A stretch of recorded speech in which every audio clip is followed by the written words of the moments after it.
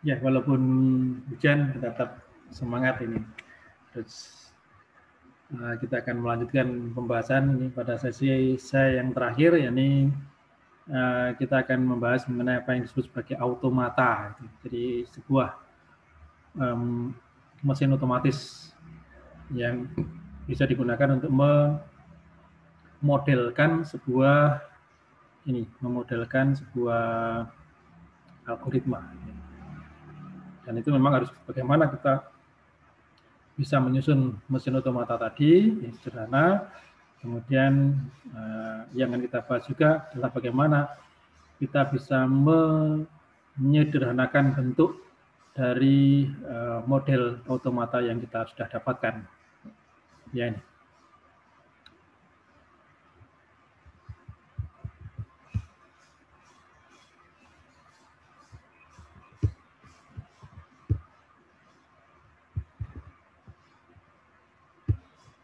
Judul bahasan kita adalah ini, bahasa formal.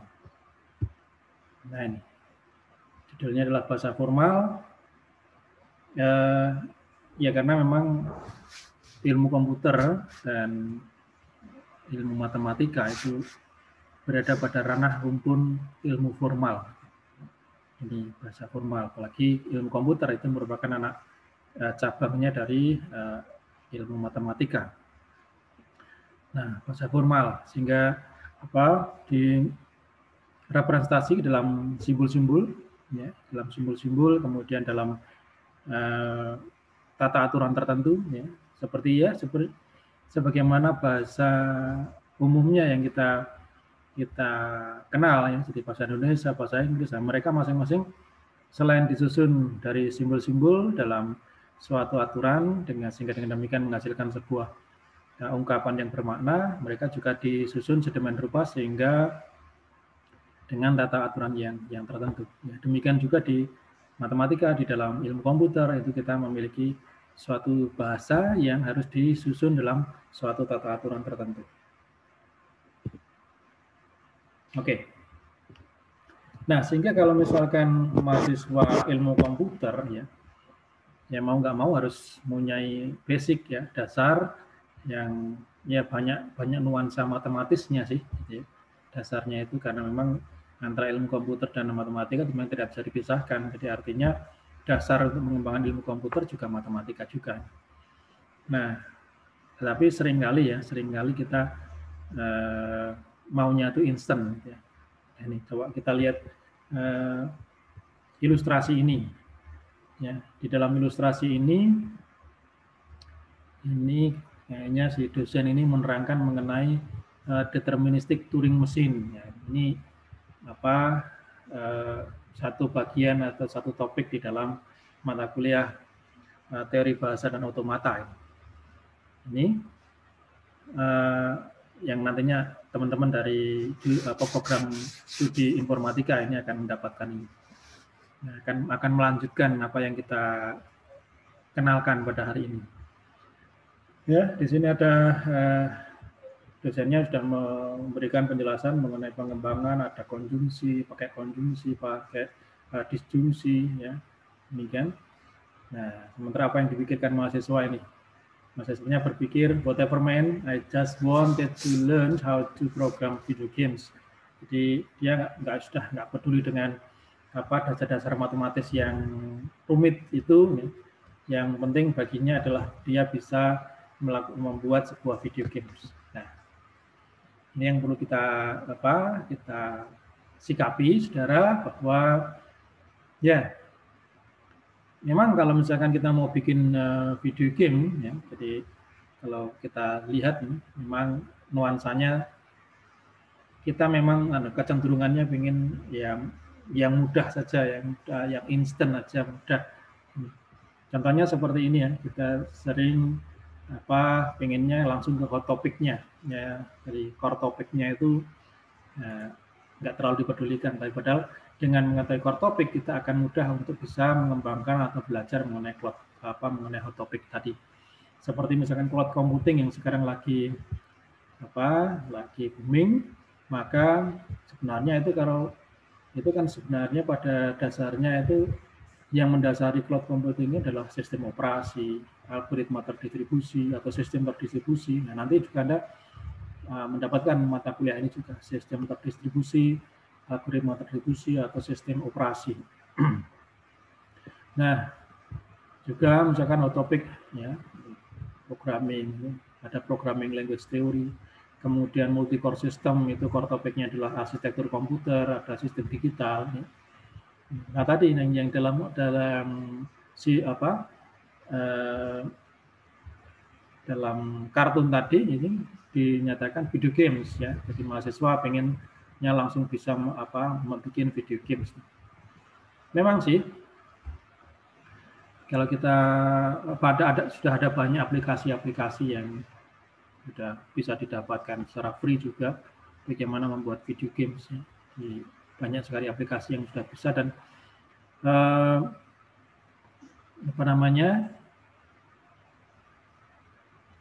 tetapi kalau kita hanya bertumpu pada aplikasi ini, kita hanya tergantung pada aplikasi tadi. Sementara aplikasi dibuat dengan fitur-fiturnya juga terbatas gitu. Nah, sementara kebutuhan kita mungkin lebih tinggi dari fitur-fitur yang ada di aplikasi yang kita gunakan, sehingga dengan demikian ya kita stuck di situ. Ya. Jadi kalau aplikasinya nggak bisa, maka ya kita berhenti, ya nggak akan bisa menyelesaikan masalah itu. Berbeda kalau misalkan kita memahami core topiknya. Jadi untuk video game itu core topiknya adalah mesin grafikal. Ya, kita perlu tahu bagaimana konsep dari grafik. Ya. Grafikalnya tadi. Lalu aljabar linear. Ya, di dalam aljabar linear di situ ada transformasi, ada ruang vektor dan sebagainya yang mungkin nanti bisa digunakan untuk merepresentasikan model atau image yang ada pada games tadi. Kemudian ada juga core-nya lagi adalah processing dalam pemrosesan image digital ya. Ini atau juga ada artificial intelligence atau kecerdasan buatan. Nah, ini yang menjadi core-nya, saudara. Jadi sehingga dengan demikian kalau seandainya Anda stuck di suatu dalam aplikasi tadi stuck ya, Anda membutuhkan sesuatu yang lebih tapi aplikasinya nggak bisa. Nah, dengan memahami yang core topik ini, Anda akan tahu kira-kira permasalahannya di mana, kira-kira keterbatasan di mana, apa yang bisa kita gunakan untuk menutupi, faktor apa yang bisa kita gunakan, ya sehingga ini akan tahu kalau misalkan ini core topiknya, ya. Tapi kalau kita hanya inginnya instan lalu belajar hanya dari aplikasi, maka ya ini tidak ada bedanya dengan mahasiswa atau orang yang bukan dari ilmu komputer, ya. Ini jadi banyak orang yang di luar ilmu komputer yang bisa mempelajari suatu aplikasi dan menggunakan aplikasi dengan mahir gitu ya. Tapi kalau misalkan anak dari ilmu komputer, maka ya dia tidak hanya sekedar tahu aplikasinya tapi juga tahu ya latar belakangnya, sehingga dengan demikian kalau ada keterbatasan di aplikasi itu akan bahkan menggunakan aplikasi tadi sebagai tools saja gitu ya. Sebagai tools apa yang dibutuhkan. Misalkan suatu aplikasi nggak bisa, maka bisa pakai aplikasi yang lain yang punya fitur yang kita butuhkan, misalkan seperti itu. Atau kalau misalkan sudah nggak ada mentok, maka ya kita bikin sendiri ya, tool tersendiri, misalkan dengan pemahaman kita pada basicnya. Ya, ini yang diperlukan ya, perlu kita cermati. Jadi artinya bahwa anak ilmu komputer ini tidak bisa terlepas dari yang namanya matematika. Nah, karena apa aja, misalkan seperti kita mau bicara misalkan big data analysis atau grafika komputer ya masa bisa itu dibahas, ditinjau dengan aljabar linear ya. Keterkaitan database itu dengan konsep relasi, atau jaringan komputer ini dengan menggunakan teori graf. Nanti Anda juga akan mendapatkan mata kuliah teori graf ini yang nantinya bisa dikembangkan untuk salah satu implementasinya pada jaringan komputer. Kemudian yang akan kita bahas hari ini adalah otomata. Ya, kita mengenalkan apa itu otomata dan bagaimana itu bisa digunakan untuk memodelkan suatu persoalan, suatu proses. Nih. Jadi desain compiler itu menggunakan ini konsep model dengan menggunakan automata ini. Nah, kalau kita bicara penyelesaian suatu permasalahan dengan menggunakan matematika, maka yang pertama ini dilakukan adalah mengenai formalisasi, di mana di dalam formalisasi tadi skenario dunia nyata kita konversi kepada representasi formal pada matematika. Jadi kalau kita misalkan punya masalah ya, atau bikin sesuatu ya, berasal dari permasalahan yang sehari-hari dalam real ya. Misalkan kita punya masalah nyata ini,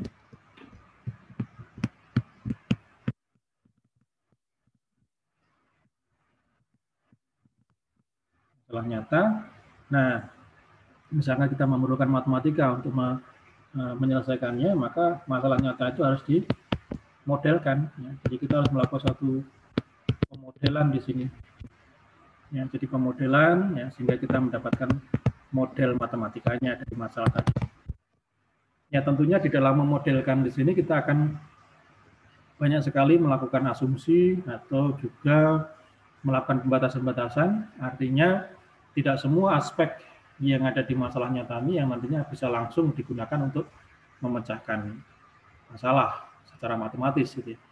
Sehingga ada beberapa aspek yang mungkin kita bisa yang tidak terlalu relevan, tidak terlalu signifikan, itu bisa kita reduksi ini ya di model. Nah, sebenarnya yang kita selesaikan model matematika ini. Ya, yang kita selesaikan itu sehingga kita punya solusi untuk model ya.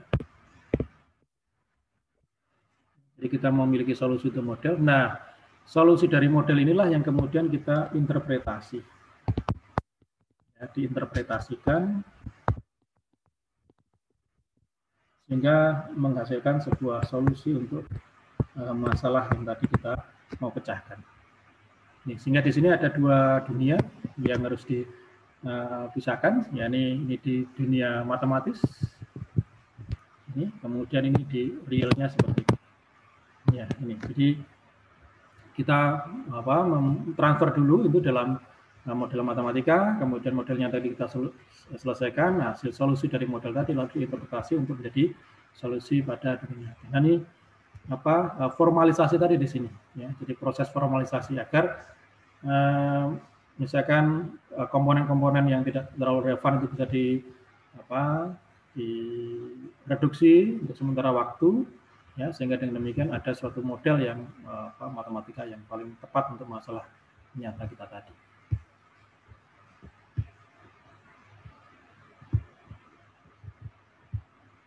Ini jadi itu pengertian dari formalisasi. Kemudian berikutnya kita akan melakukan abstraksi. Ya. Jadi strategi utama di balik penggunaan matematika untuk menyelesaikan masalah adalah proses abstraksi, di mana masalah kompleks tadi disederhanakan semaksimal mungkin, ya, dengan mengabaikan segala sesuatu yang tidak signifikan untuk pemecahan masalahnya.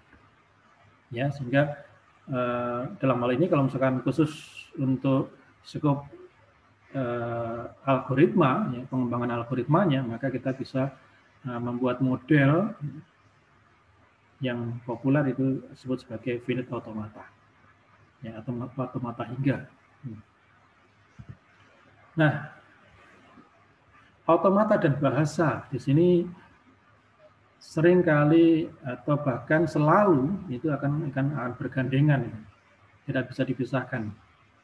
Bahasa itu merupakan rangkaian simbol-simbol yang punya makna. Ya, kenapa kita perlu mempelajari bahasa? Iya, bahasa apapun ya, ini bahasa Indonesia misalkan. Kalau di dalam bahasa Indonesia ini ya, tadi bahasa itu merupakan rangkaian simbol-simbol yang mempunyai makna ya. Simbolnya misalkan kita menggabungkan antara merangkai simbol, ada simbol H, simbol U, simbol J ya. Kemudian ada simbol seperti ini A, kemudian N. Ya, kalau mereka dirangkai maka akan jadi satu makna hujan. Nah, kita tahu apa artinya. Ya, jadi ini orang, ini H, ini U, J, A, N menjadi hujan. Menjadi sebuah kata yang bermakna. Ya, beberapa kata digabung, dirangkai menjadi sebuah kalimat. Kalimat, ya, beberapa kalimat dirangkai itu menjadi sebuah paragraf atau alinea. Lalu beberapa alinea dirangkai menjadi sebuah isi. Ya, jadi sehingga ini bahasa untuk merepresentasikan sesuatu, untuk mengungkapkan sesuatu. Demikian juga di dalam ilmu komputer, apalagi yang kita hadapi adalah komputer ini ya. Komputer tidak tahu bahasa manusia. Tetapi kalau kita ingin, tapi kita di satu pihak kita perlu komputer tadi. Ya, jadi tetapi kalau misalkan kita berhadapan dengan komputer ini sekarang, lalu kita suruh tolong saya tolong hitungkan 2 ditambah 5 modulo 6 itu berapa? Ya, dia nggak akan bergerak, dia nggak akan bereaksi. Ya, baru. Jadi kalau dalam bahasa kita, misalkan kita ingin menghitung berapakah hiji, ya, ini kalau misalkan 2 ditambah dengan 5 itu pada modulo 6. Ini bahasa kita. Ya. Karena begitu pula cara kita membaca. Y sama dengan 2 tambah 5 pada modulo 6. Nah, misalkan kita menggunakan tools-nya adalah menggunakan MATLAB misalkan. Maka kalau ini kita masukkan ke dalam bidang editing MATLAB, kemudian kita eksekusi, maka dia akan bilang error. Dia tidak mengenal seperti ini. Nah, akhirnya satu ranah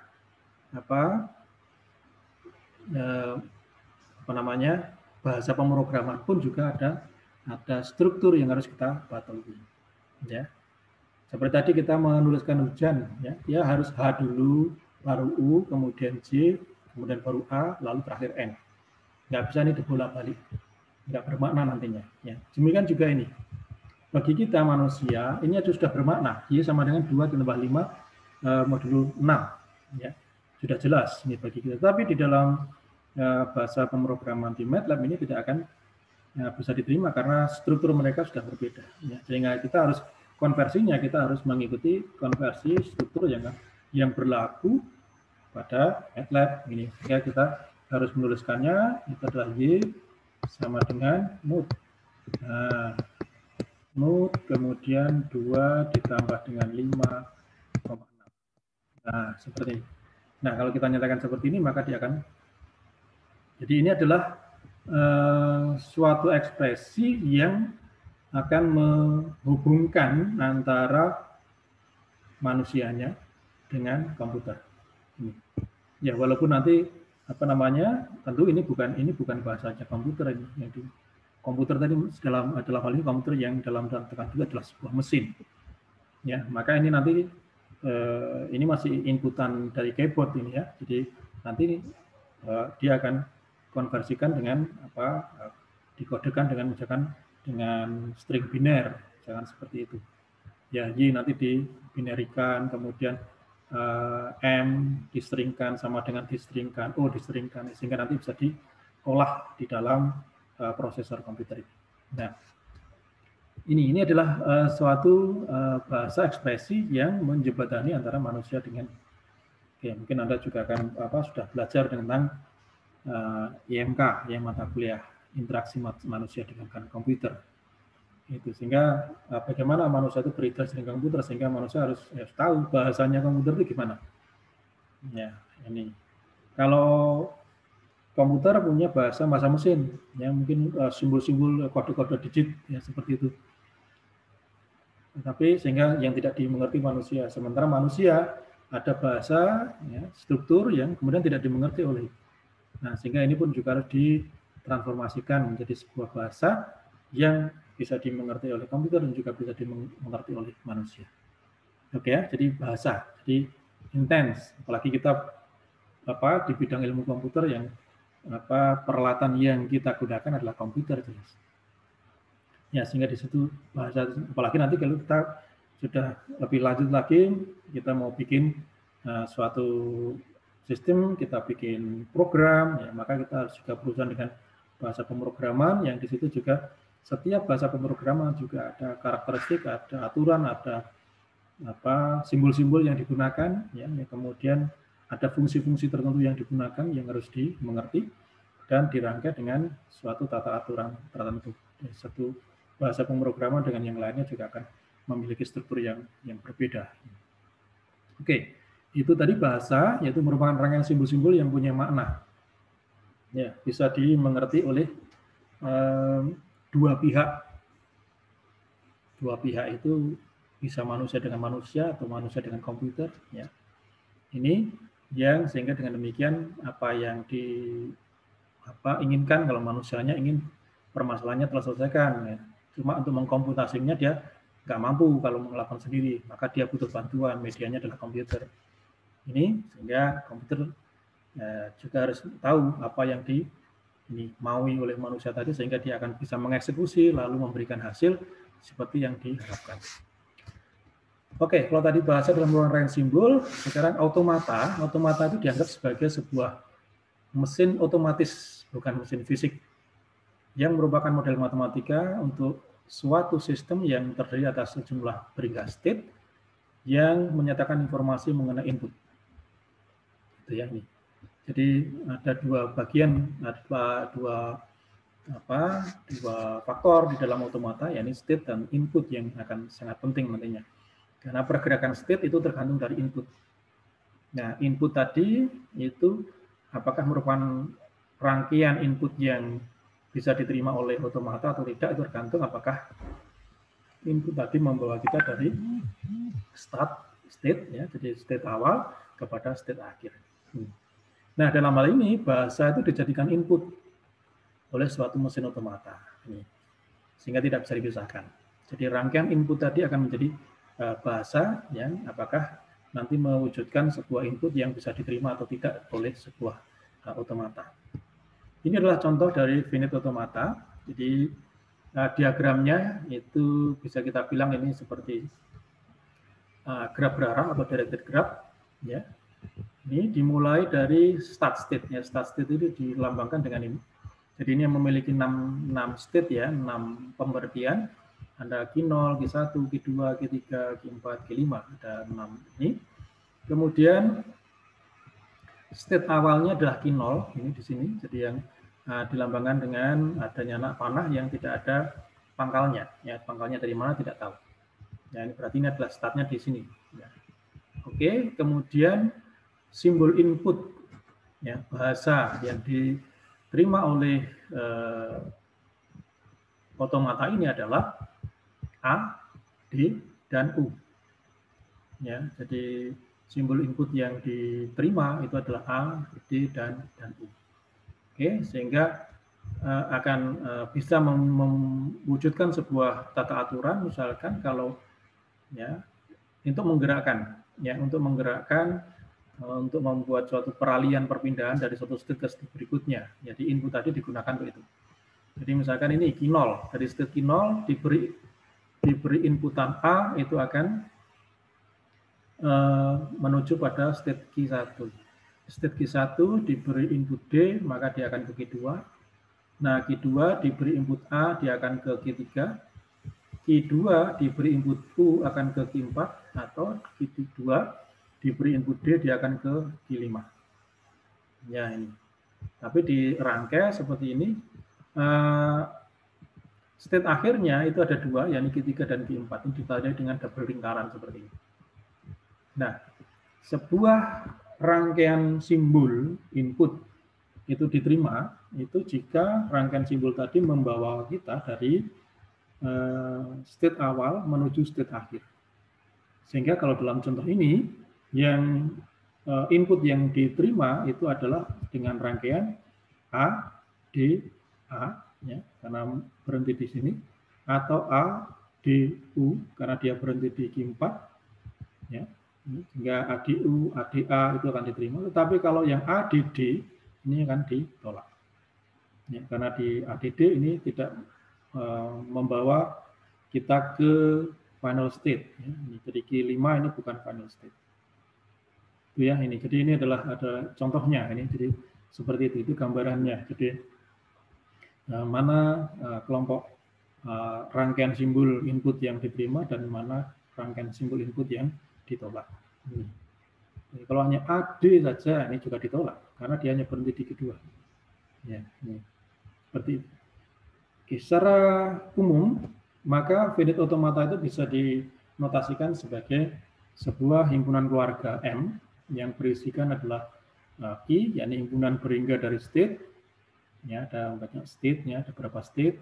Kemudian sigma itu himpunan berhingga dari simbol-simbol inputnya, bahasanya.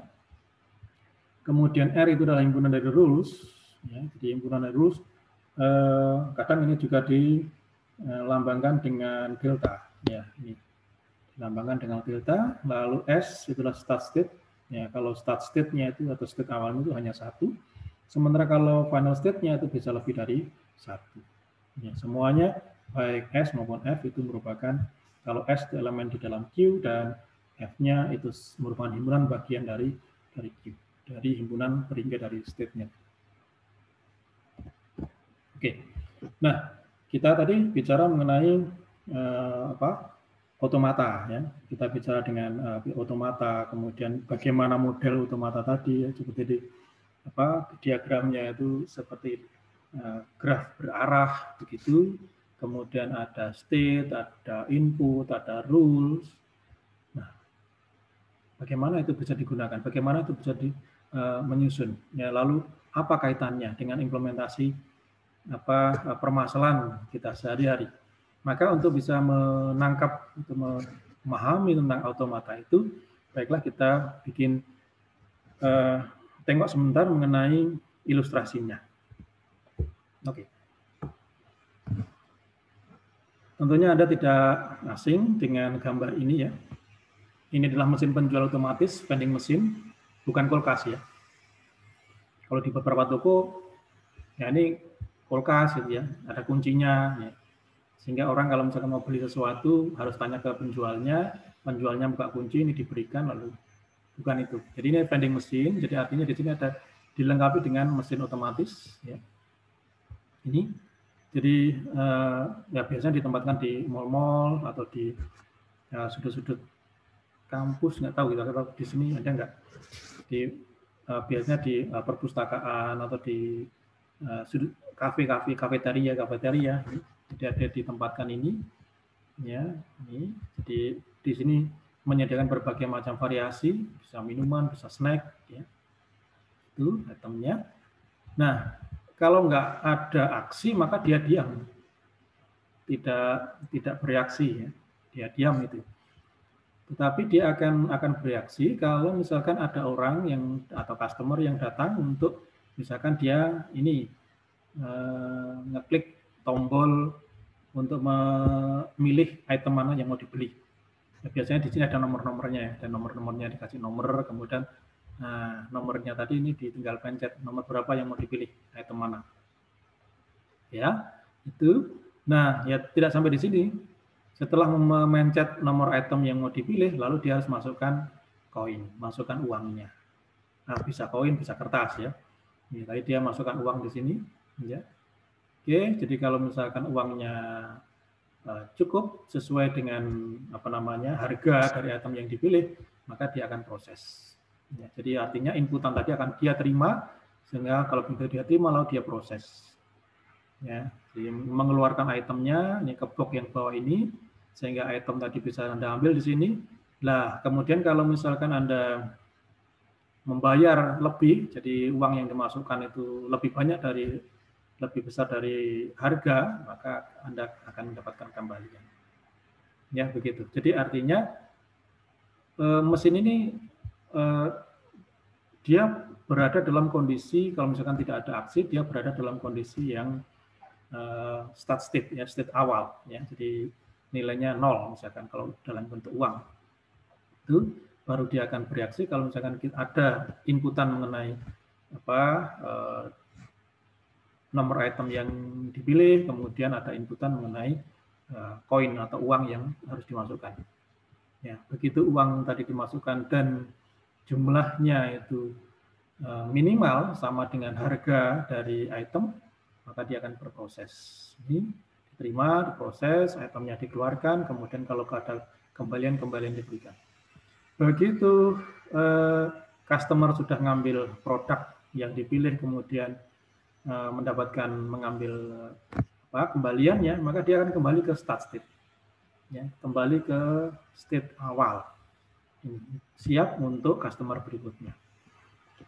Ini mesin penjual otomatis, ya, sehingga di dalam kita memformalisasikan, maka kita perlu memperhatikan state-nya apa saja, input yang disediakan oleh lingkungan kira-kira apa saja, itu ya. Lalu bagaimana rule, ya, aturan transisinya, ya, pergerakan dari state 1 ke state yang berikutnya itu bagaimana aturannya, ya, sampai nanti mulai dari start state sampai ke final state. Nah, ini adalah contoh dari otomatanya. Di dalam membangun otomata ini kita perlu ya sama seperti kalau misalkan Anda mau bikin sistem, ya, atau aplikasi, ya, baik itu menggunakan model-model tertentu, apakah dengan menggunakan waterfall atau menggunakan prototype atau dengan menggunakan agile, ya, seperti itu. Maka pasti di awal itu kita harus selalu mengadakan ini analisis kebutuhannya apa saja. Ya, jadi untuk membangun sistem itu kebutuhannya apa saja. Jadi kita harus melakukan identifikasi, ya, jadi apa saja. Seperti ini misalkan kita mau bikin otomata ini untuk mesin penjual tadi, ya. Nah, kalau ini contohnya ini adalah yang perlu kita ketahui adalah berapa harga item. Ya, ini kalau ini adalah untuk item yang harganya $4, misalkan. Oke, jadi harga itemnya $4. Oke, Pak. Kemudian nah, uangnya yang diterima oleh mesin tadi berapa saja, ya. Jadi satuannya berapa saja. Dalam contoh ini misalkan uang yang diterima, satuan atau pecahan yang diterima oleh mesin itu adalah hanya pecahan $2 dan $5. Oke. Nah, setelah mendapatkan informasi awal seperti ini, ya, maka kita harus mendaftar seluruhan kemungkinan apa yang dilakukan oleh si customer untuk memenuhi yang $4 tadi, ya, dengan yang bisa dimasukkan dalam mesin itu adalah pecahan $2 dan pecahan $5 misalkan. Nah, bagaimana si customer tadi itu untuk misalkan memilih item tersebut dengan harga $4, nah bagaimana mereka bisa memenuhi? Ya, mungkin begini, salah satu kemungkinannya adalah misalkan si customer tadi memasukkan $2, lalu ditambah lagi dengan $2, jadi $4, sudah selesai. Atau kalau misalkan dia punya uang $5, maka sudah 1 kali $5 selesai. Ya, $5 sudah selesai. Ya, tapi cukup ini. Nah, masih ada kemungkinan lagi yang harus kita akomodasi juga di sini. Mungkin ada orang yang buru-buru, ya, mau kehausan, mau minum, gitu ya. Ya, dia punyanya begitu ambil di sakunya langsung $2 dimasukkan, klik $2. Oh, ternyata belum ada reaksi karena harganya $4. Lalu diambil lagi uang. Ternyata uang yang kedua yang diambil itu adalah misalkan $5, sehingga 2 tambah 5 juga tidak apa-apa. Toh ini pun juga nanti akan jadi kemungkinannya bisa 2 kemudian 2 kemudian 1 kali 5 atau bisa 2 yang dilakukan 5. Jadi selama dia belum mencapai 4 maka dia belum bereaksi, jadi belum bisa menerima inputan itu. Ini ya, ini. Sehingga dia harus penuh, ya, ini seperti itu. Ya, sehingga ini jadi 2 tambah 2 atau 5 atau 2 tambah 5. Nah, sehingga dari segala kemungkinan ini kita bisa menentukan menyusun ini ini. Jadi kalau 25 itu inputannya, kemudian kita bisa menyusun state-nya. state awalnya itu 0, artinya bahwa nilai dari uangnya sekarang masih 0. Ya, ini. Nah, kalau misalkan si konsumen tadi menggunakan alternatif yang pertama, ya $2 tambah $2, maka ya dari ini. Dari 0 itu kalau ditambah $2, maka akan masuk ke state 2. State $2. Kemudian tambah 2 lagi, maka akan masuk ke state $4.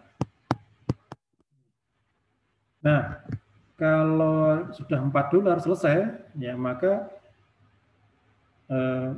permintaan tadi akan segera dieksekusi, kemudian nah final state-nya itu adalah berapa kembaliannya, ya, jadi return-nya berapa. Sehingga kalau $4 maka harus ada state terakhirnya adalah return 0. Ya, ini. Nah, sekarang kalau misalkan menggunakan alternatif yang kedua, ya dari state awal 0 tadi, kemudian kalau dimasuki 5, maka harus disediakan juga state yang nilainya 5. Nah, kalau ada state yang nilainya 5, berarti sudah lebih dari $4, nah berarti dia harus ada return-nya. Jadi kalau 5, berarti return-nya itu 1. Oke, ini. Nah, kemudian kalau misalkan alternatif yang terakhir yang dipakai, maka kalau dari 0 ketemu $2, nah, sudah tadi ada state 2. Nah, sekarang state 2 kalau beri inputan 5, maka harus ada state 7. Nah, ini state 7 belum kita dapat, belum kita bikin. Nah, bikin state 7. Nah, state 7 kalau ya berarti sudah melebihi dari $4, maka kalau ini return-nya adalah 3. Jadi harus ada state return 3. Nah, sehingga kemudian ini disusun dalam bentuk ini, ya, automata ini. Jadi akhirnya kita membuat satu rule di sini atau aturan. Jadi kalau 0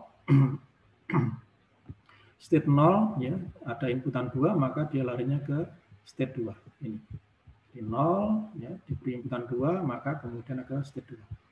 Lalu state 0, ya, diberi inputan 5, maka dia ke state 5. Ya, seperti itu. Kemudian state 2 diberi inputan 2 akan ke 4. Ini state 2 diberi inputan 2 akan ke state 4. Ya, kalau state 2 diberi inputan 5 maka akan ke state 7. Ini. Nah, kalau sudah state 4 maka sudah ini harganya tadi 4 maka sudah cukup. Maka kemudian dia tanpa inputan dia akan otomatis langsung berpindah kepada state return 0, artinya kembaliannya 0. Atau kalau sudah sampai pada state 7, maka dia otomatis akan berpindah ke return 3. Ya. Jadi sudah lebih dari 4. Atau kalau misalkan dia berada pada state 5, maka otomatis dia akan ke return 1, ya, karena kembaliannya $1. Itu ya, ini jadi itu untuk satu item dengan satu harga, yang $4. Padahal di dalam tentunya di dalam satu mesin penjual ini ada beberapa item yang harganya mungkin bervariasi, ya, sehingga kita perlu membuat lagi, misalkan bagaimana kalau untuk yang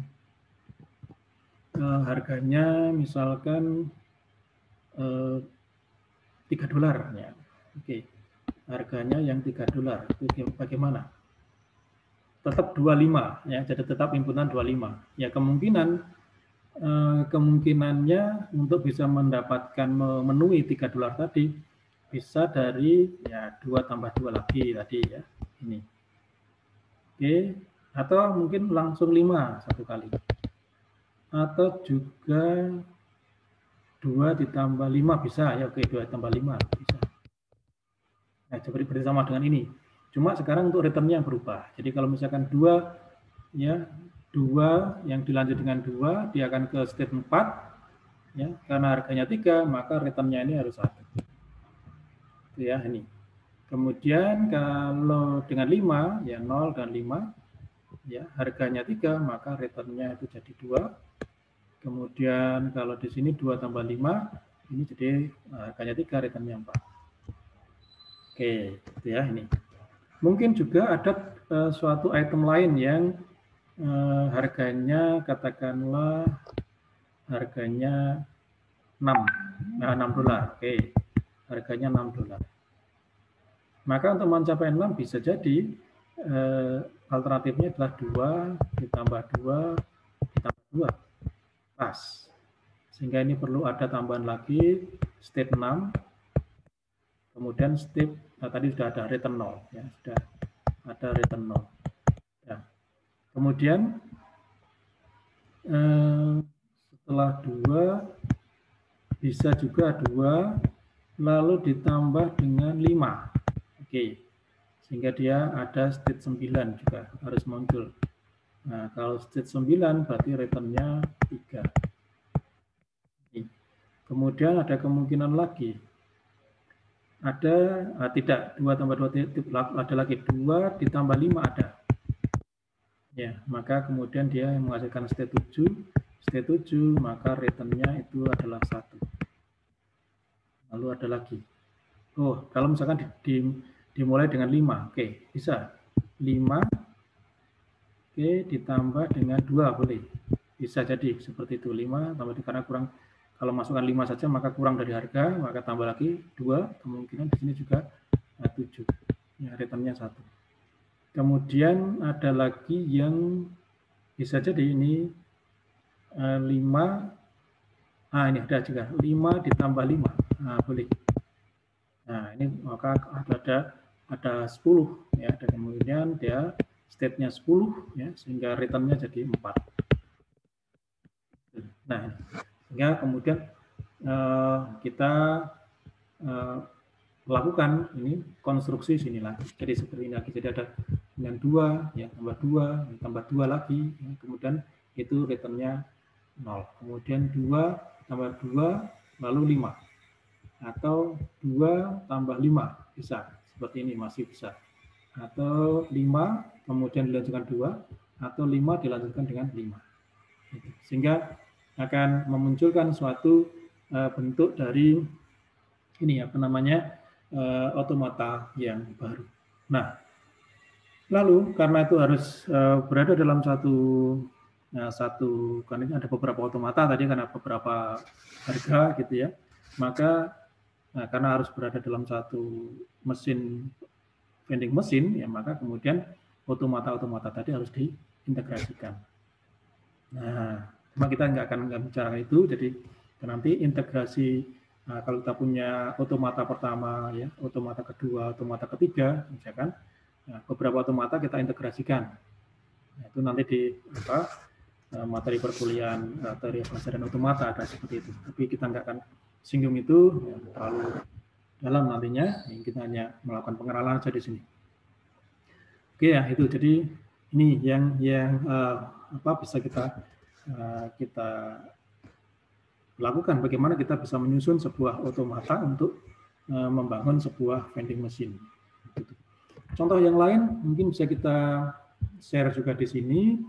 Misalkan, ini nih. Oke, di sini ada bentuk otomata yang lain. Yang dalam hal ini adalah ini otomata yang non-deterministik. Ya. Ini adalah rancangan diagram state sistem layan reservasi tiket bis. Ya. Oke, kita perhatikan, dilihat tabelnya, apa saja Q1. Oke, ini. Q1 itu menunjukkan menu pesan tiket. Oke, halaman depannya. Kemudian Q2 itu menu tiket ekonomi, Q3 tiket eksekutif, Q4 sampai dengan Q11 itu tiket 1 sampai dengan tiket 8, itu mungkin nanti adalah jurusannya ya, dari kota yang dituju. Kemudian Q12 itu menu proses data penumpang, kemudian Q13 proses status transaksi. Oke. Ya, lalu jadi Q1 nih, jadi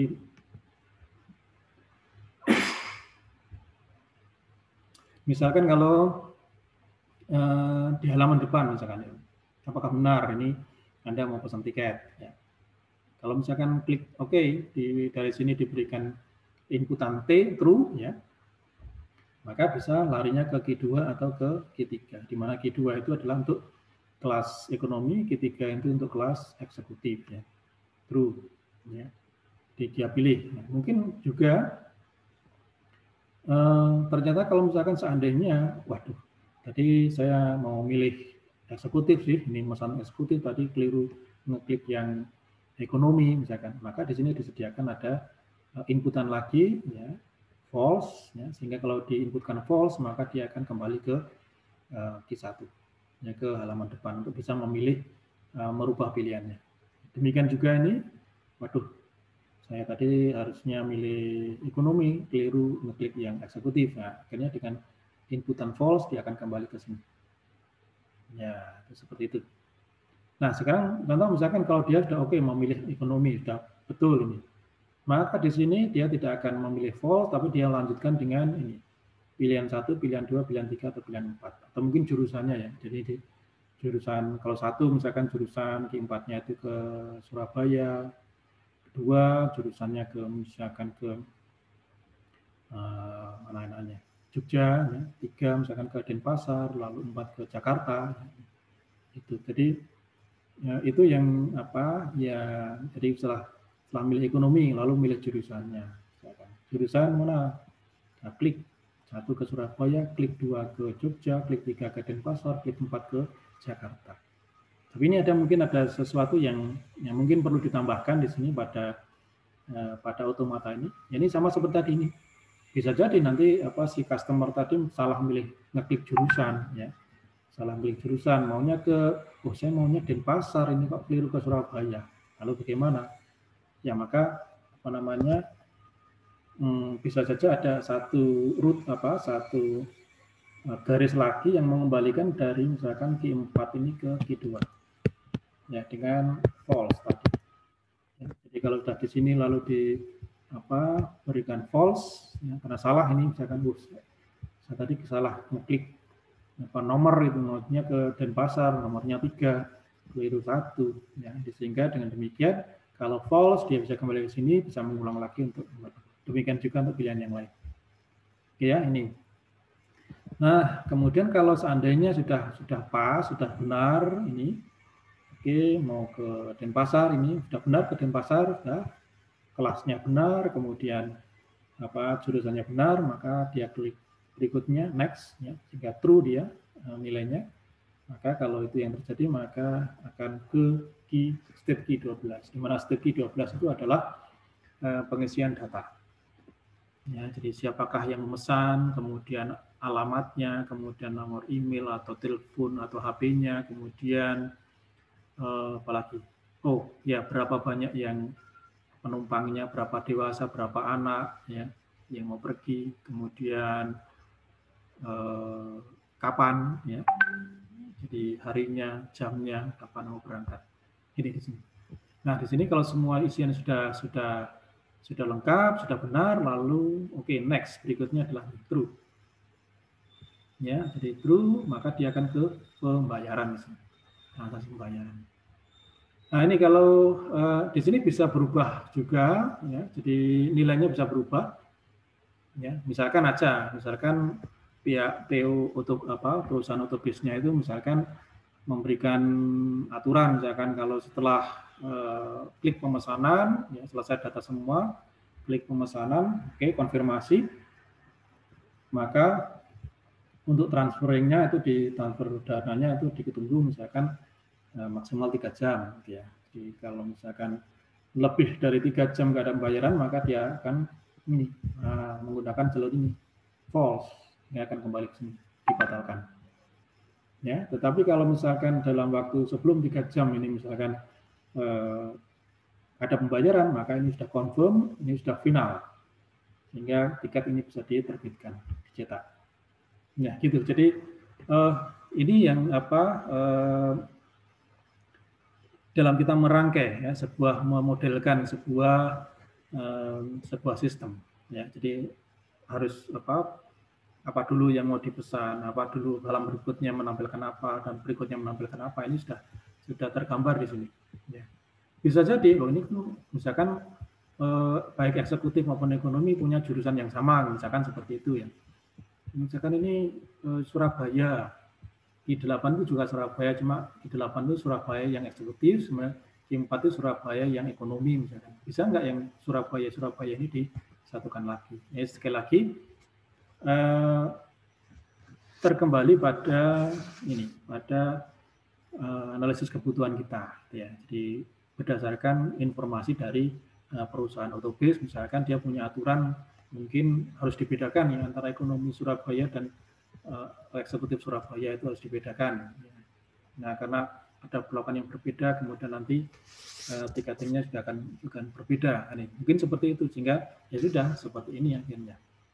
Ya, ini. Jadi state-nya itu tidak bisa disederhanakan. Ini apalagi kalau ini masih kalau ini kan masih masih merupakan non deterministik ya, karena satu input dengan satu state dengan satu input ya sama-sama T-nya, dia bisa lari ke state yang berbeda. Ini non deterministik. Nah, kalau seperti ini belum bisa disederhanakan. Ya, dari baru disederhanakan kalau misalkan dia bisa dikonversikan ke deterministik dulu ya, satu input pada satu state akan lari ke satu state yang sama. Ini jadi harus dikonversi ke dalam deterministik dulu ya, ini ya, baru bicara disederhanakan. Walaupun demikian pun juga kalau sudah sampai pada deterministik itu pun juga kalau kita menyederhanakan misalkan itu masih bisa disederhanakan lagi ya, tetap terkembali pada bagaimana ini bagaimana SOP dari sistem yang mau kita bikin ya, ini yaitu bagaimana kita mentransfer dari sebuah permasalahan ya, kita harus rinci ya, yang diketahui apa, yang dibutuhkan apa, bagaimana SOP-nya, bagaimana tata aturannya, kemudian baru kemudian kita bisa bikinkan sebuah otomata. Ya, kita kembali lagi ke sini. Tadi sudah ada beberapa ya, sehingga kalau misalkan dan satu vending mesin itu bisa beberapa model otomatanya ya. Nanti bisa kita integrasikan kalau misalkan sudah jadi satu. Baik, nah ini adalah deterministic finite automata. Jadi otomata hingga tadi ada dua kelompok, ada yang deterministik, ada yang ini non deterministik ya. Apa bedanya yang deterministik dan non deterministik? Untuk yang deterministik tadi sudah kita ungkap bahwa finite automata yang memiliki tepat satu state berikutnya untuk setiap simbol input yang diterima.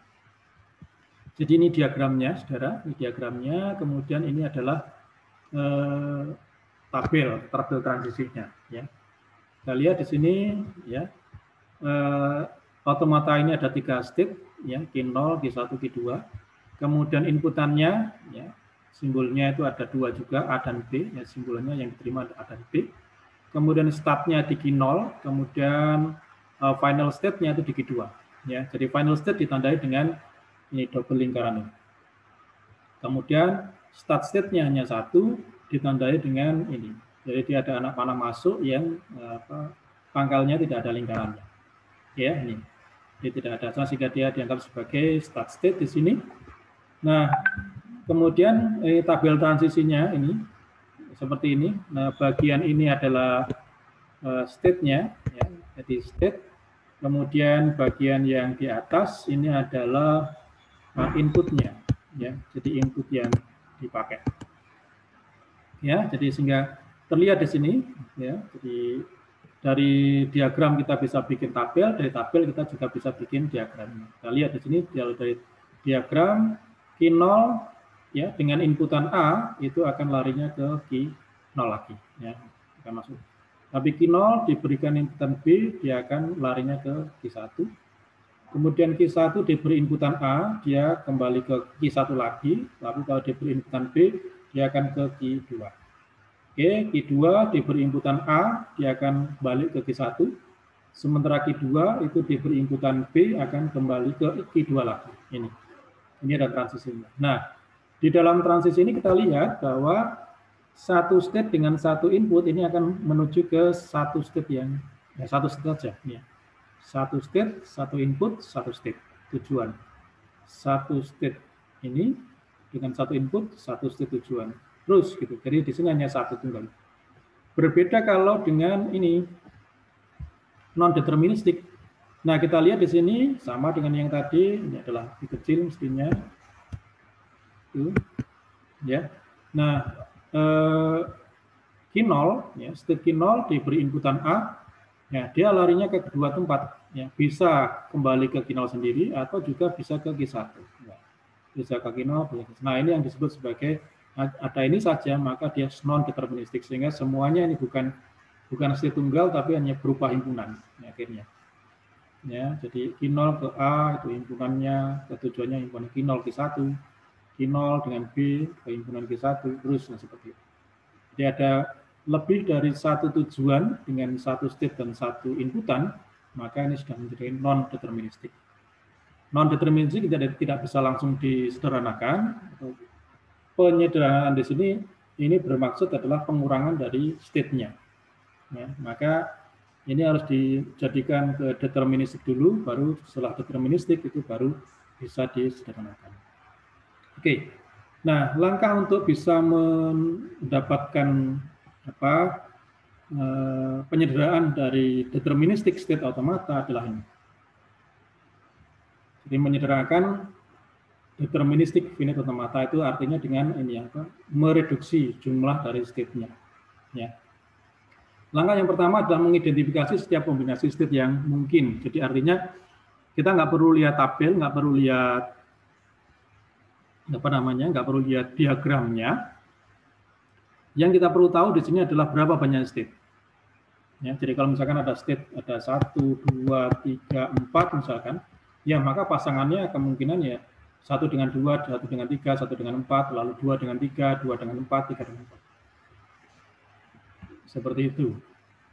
Ya, jadi nah setelah kita membuat list atau daftar dari pasangan-pasangan state tadi, maka kita baru bisa menentukan berikutnya apakah pasangan state tadi distinguishable atau indistinguishable. Ya, jadi kalau distinguish berarti mereka bisa dibedakan, kalau bisa dibedakan berarti tidak bisa disatukan. Kalau yang indistinguishable itu berarti tidak bisa dibedakan, karena tidak bisa dibedakan maka mereka disatukan. Oke ya, jadi ketentuannya seperti ini, state yang berpasangan dengan final state, maka state tadi merupakan distinguishable. Jadi kalau satu state berpasangan dengan yang final state, maka pasti pasangan itu ada pasangan yang distinguishable. Kemudian untuk pasangan state yang lain, ya, jika masing-masing state mendapat input yang sama, ya, input yang sama, tetapi satunya itu pergi ke final state, lalu yang satunya tidak pergi ke final state, maka state itu adalah distinguishable, jadi dapat dibedakan. Tetapi jika pasangan state tersebut memiliki input yang sama, sama-sama mencapai final state, ya, sama-sama mencapai final state, maka keduanya indistinguishable. Jadi tidak bisa dibedakan. Ya, jadi kalau diberi inputan yang sama, dia tujuannya sama-sama ke final state, maka dia indistinguishable sehingga dia tidak dapat dibedakan, sehingga karena tidak dapat dibedakan maka mereka bisa disatukan. Contohnya adalah seperti ini. Kita punya 5 state di sini dalam automata ini. Q0, Q1, Q2, Q3, Q4. Maka kita tutup dulu ya gambar ini. Maka kita karena ada 5 state ya kita langsung aja bikin pasangannya Q0 dengan Q1, Q0 dengan Q2, Q0 dengan Q3. Q0 dengan Q4, Q1 dengan Q2, Q1 dengan Q3, Q1 dengan Q4, Q2 dengan Q3, Q2 dengan Q4, Q3 dengan Q4. Ini. Nah, baru setelah semuanya terdaftar, lalu kita nyatakan apakah mereka distinguish atau indistinguish. Nah, Q0 dengan Q1, ya ini. Q0 diberi inputan 1, dia tidak sampai ke final. Tapi kalau Q1 diberi inputan 1, dia ke final. Maka Q0 dan Q1 itu distinguishable. Ya, mereka dapat dibedakan. Q0 dengan Q2 juga sama. Ya, diberi inputan 1, dia tidak ke final, Q2 diberi inputan 1 ke final. Maka mereka distinguish. Q0 dengan Q3 juga demikian, diberi inputan 1, dia tidak ke final, tapi ketika diberi inputan 1, dia ke final. Ya, sehingga Q0 dengan Q3 itu distinguish. Q0 dengan Q4 jelas distinguish karena Q4-nya adalah final. Ya. Lalu Q1 dengan Q2. Oke, Q1 dengan Q2. Oke, sama-sama dikasih inputan 1, mereka sama-sama ke ini. Namanya ke final. Ya, maka Q1 dan Q2 indistinguish. Kemudian Q1 dengan Q3 juga indistinguish karena diberi inputan 1 mereka sama-sama ke final. Oke, kemudian Q1 dengan Q4 distinguish karena salah satunya adalah final, ya, jadi final state. Kemudian Q2 dengan Q3, ini juga indistinguish karena sama-sama dikasih inputan 1, mereka akan berangkat ke final. Oke ya. Nah, kemudian Q2 dengan Q4 jelas distinguish di sini karena salah satu. Q3 dengan Q4 yang terakhir ini juga distinguish karena salah satunya adalah final. Ya, sehingga kita lihat yang distinguish adalah Q1 dengan Q2, Q2 dengan Q3, Q1 dengan Q3. Sehingga ini kelompok ini bisa disatukan. Nih, satu kesatuan sehingga untuk mencapai sini dari Q0 itu bisa mulai dari dia diinputi 0 atau diinputi 1. Ya, kemudian mereka kalau yang di sini kalau diberikan inputan 0 mereka akan bergerak di antara mereka, yang mereka akan kembali ke sini. Lalu kalau mereka diberi inputan 1 mereka akan ke final seperti ini. Sehingga dengan demikian ini adalah bentuk sederhana dari automata yang ini. Jadi yang tadinya kita punya 5 state, ya tinggal 3 state saja. Oke ya, ini adalah penyederhanaan bentuk dari kalau misalkan kita sudah sampai pada deterministik. Ya, kalau masih non deterministik maka harus dikonversi dulu ke dalam bentuk deterministik. Oke ya, ini baik sampai di sini mungkin ada pertanyaan, silakan.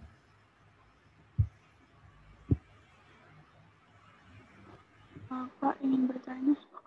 Silakan, agak diperbesar suaranya. Oh ya, saya ingin bertanya Pak, boleh itu nggak Pak diulang yang bagian menyederhanakan setelah udah diketahui distinguishable sama enggak Pak? Saya masih bingung di situ. Boleh diulang sekali lagi nggak Pak? Yang bagian barusan slide terakhir. Oke, jadi intinya sesuai dengan sesuai dengan aturan regulasi tadi yang ini, ya. Jadi yang ini, ya. Identifikasi pertama adalah identifikasi setiap kombinasi state, ya. Ini. Jadi kita nggak perlu melihat gambar ini dulu, yang penting berapa banyak state 5, oke. Q1 sampai dengan Q4, ya. Maka kita semua bikin kombinasi, ya, pasangan-pasangannya. Q0 dengan Q1, Q0 dengan Q2. Kita nggak melihat apakah mereka terhubung atau tidak, ya. Apakah mereka terhubung langsung atau tidak, maka langsung aja Q0 dengan Q1, Q0 dengan Q2, Q0 dengan Q3, Q0 dengan Q4. Ya, oke. Kemudian sudah habis, Q0 sudah, lalu sekarang bergerak ke Q1. Q1 dengan Q2, Q1 dengan Q3, Q1 dengan Q4. Selesai dengan Q1, kita bergerak ke Q2, Q2 dengan Q3, Q2 dengan Q4, selesai. Terakhir Q3 dengan Q4. Jadi ada 10 10 pasangan yang mungkin. Oke, setelah kita mendata semua pasangan yang mungkin, baru kita melihat gambar untuk melihat apakah mereka distinguish atau tidak. Ya, tadi kalau misalkan untuk pasangan, ya pasangan dengan dengan state yang final itu, ya pasti mereka distinguish. Ya, jadi semua yang berpasangan dengan Q4 ini statusnya adalah distinguishable, ya. Q0 dengan Q4 distinguish, kemudian Q1 dengan Q4 distinguishable, Q2 dengan Q4 distinguishable, kemudian Q3 dengan Q4 distinguishable, ya. Oke. Kemudian berikutnya untuk pasangan yang lain yang tidak berpasangan dengan tidak melibatkan final state, ya. Sekarang ada Q0 dengan Q1. Q0 dengan Q1. Nah, kita lihat Q0, ya, jadi di sini Q1 tadi diberi diberi inputan 1, dia larinya ke Q4, di mana Q4 itu adalah final state. Tetapi tadi Q0 diberi inputan 1 itu tidak ke final state. Ya, maka Q0 dengan Q1 itu distinguishable. Oke ya, ini. Sekarang Q0 dengan Q2 juga sama. Di mana Q0 diberi inputan 1 tidak ke final, tapi Q2 diberi inputan 1 dia ke final state. Kemudian Q0 dengan Q3 juga demikian, Q2 diberi inputan 1 dia larinya ke final state, sementara Q0 diberi inputan 1 dia tidak ke final state. Maka Q0 dengan Q3 itu yaitu distinguishable atau dapat dibedakan. Oke, berikutnya, pasangan berikutnya Q0, Q4 sudah. Q1 dan Q2. Nah ini, Q1 dan Q2. Kita lihat di sini, Q1 diberi inputan 1, dia larinya ke final state. Q2 diberi inputan 1, dia juga larinya ke final state. Oke, berarti Q1 dan Q2 itu indistinguished, ya, tidak dapat dibedakan. Kemudian Q1 dan Q3 sama, Q1 diberi inputan 1, dia larinya ke final state, Q3 diberi inputan 1, dia juga larinya ke final state. Ya, sehingga Q1 dan Q3 juga indistinguishable. Oke, berikutnya Q1 dengan Q4 tadi sudah, ya, sudah distinguish. Sekarang Q2 dengan Q3 juga sama. Q2 diberi inputan 1, dia larinya ke final state. Q3 diberi inputan 1 juga ke final state. Ya, sehingga dengan demikian Q2 dan Q3 ini dikatakan indistinguishable. Sementara berikutnya Q2 dengan Q4 distinguish, Q3 dengan Q4 juga distinguish, ya, karena salah satunya adalah final state. Oke ya, ini. Sehingga dengan demikian yang distinguish tidak dapat disatukan, tapi yang indistinguish ini bisa disatukan. Ya, jadi yang tidak dapat dibedakan ini akhirnya disatukan. Q1 dengan Q2, Q1 dengan Q3, kemudian Q2 dengan Q3 ini bisa disatukan, ya, sehingga ini rangkaian ini bisa disatukan mereka. Ya, mereka bisa disatukan, kemudian menjadi satu state, ya, sehingga untuk dari Q0 untuk masuk ke sini bisa menggunakan inputan 0 atau dengan menggunakan inputan 1. Ya, seperti ini.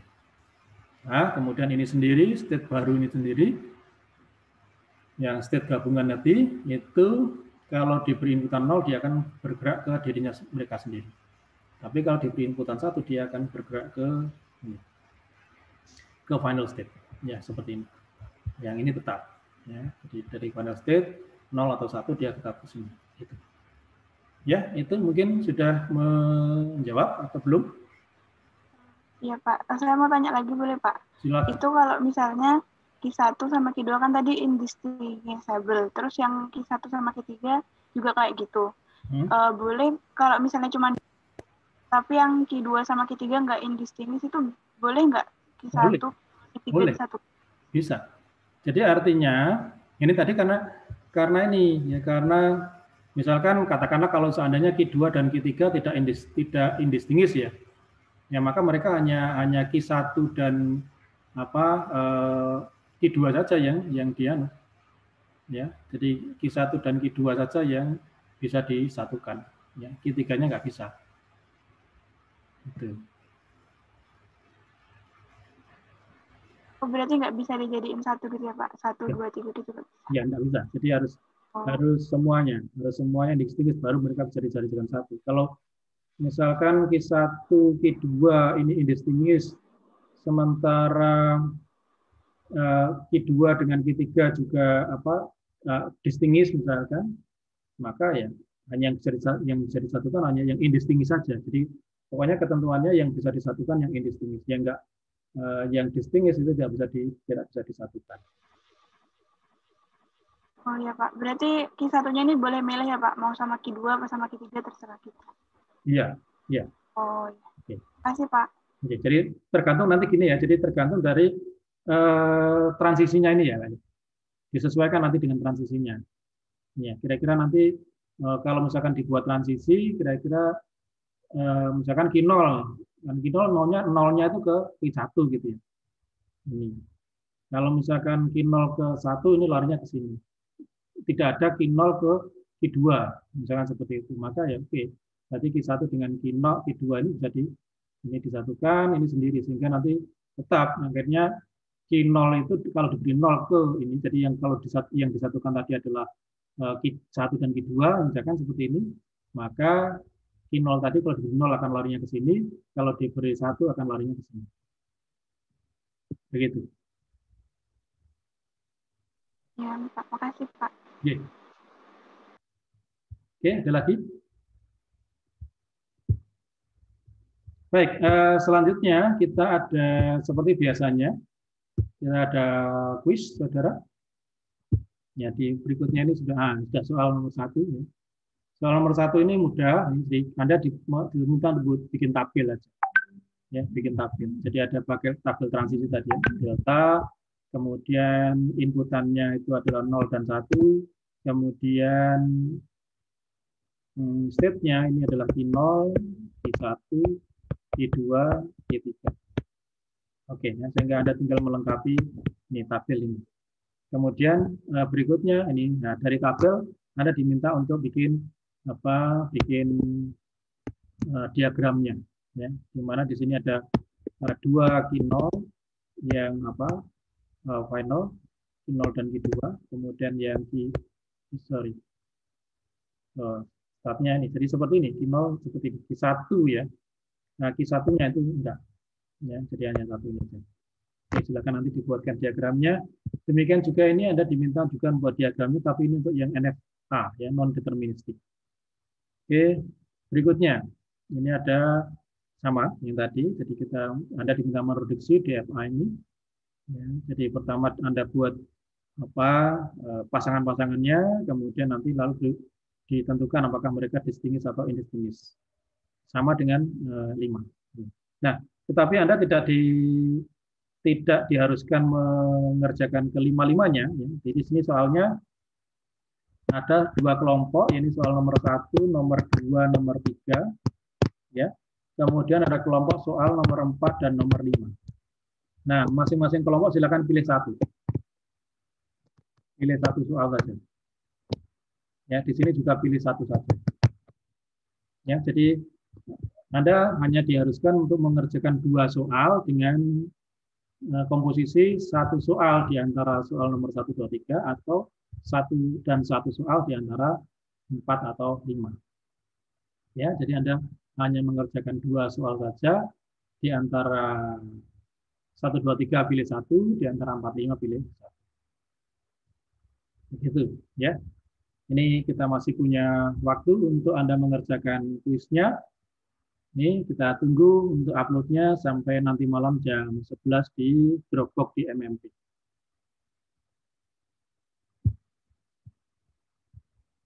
Baik, untuk agenda kita pada hari ini kita cukupkan sekian. Terima kasih atas perhatian Anda dan selamat sore atau selamat siang? Selamat sore ya. Selamat siang menjelang sore. Terima kasih atas perhatiannya. Terima kasih, Pak. Terima kasih, Pak. Terima kasih, Pak. Selamat siang.